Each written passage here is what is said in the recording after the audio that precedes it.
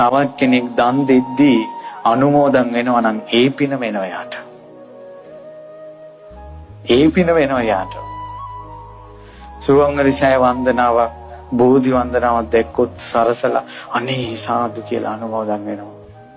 ඕකට ඉතින් අපිට කිව්වනම් අපිත් වෙනවනේ ඔයාලා ඉතින් හොරෙන්නේ පින්කම් කරන්නේ. අනුමෝදන් වුන්නේ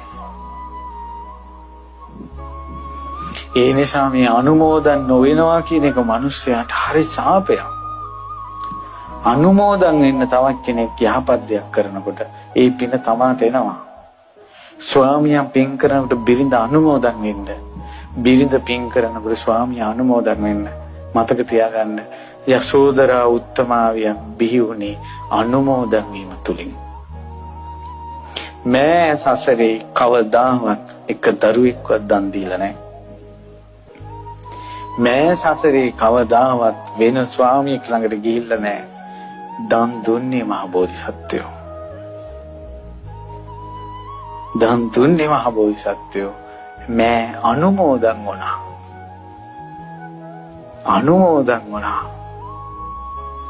අනුමෝදන් වීම ඒසා විපාකයි. පැහැදිලිද? ඒ නිසා සාදු කියලා අනුමෝදන් වෙන්න පිං.